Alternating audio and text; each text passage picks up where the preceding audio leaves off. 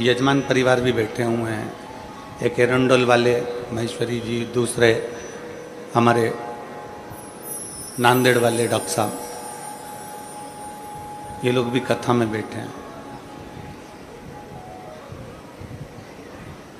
हमने इनकी कथा में नांदेड़ में भी और एरंडोल वाले जो सीहोर में यजमान बनते हैं या तीर्थ में यजमान बनते हैं, पंढरपुर यजमान बने, हमने उनको भी यही बात कहा, हो सकता है कि समय दूसरी बार मिल जाए,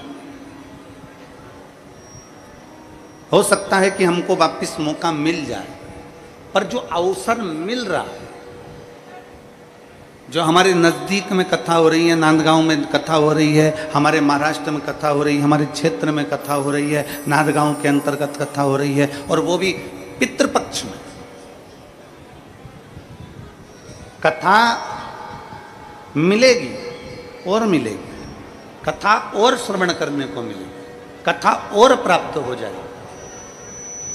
पर पितृपक्ष में अगर कथा मिली है तो ये अवसर क्यों छोड़ें?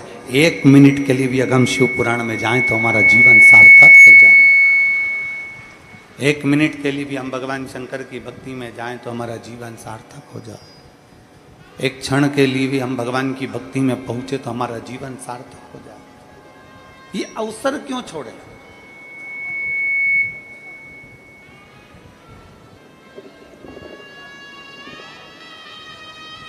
ये अवसर हम क्यों त्यागें? अगर मिला है अवसर तो उस अवसर को त्यागना नहीं है, मिला है अवसर तो उसको छोड़ना नहीं। बड़ी मुश्किल से मिलता। पितृपक्ष की ये कथा नांदगांव के अंतर्गत महाराष्ट्र की इस पवित्र भूमि पर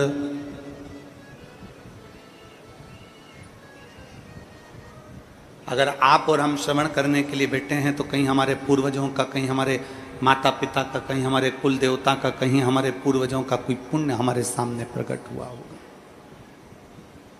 कोई पुण्य हमारे सम्मुख में आया होगा। बस ये है कि एक समय, अभी आपको कल कथा में कहा था कि विष निकला है और विष निकलने के बाद चिंता व्यापी है।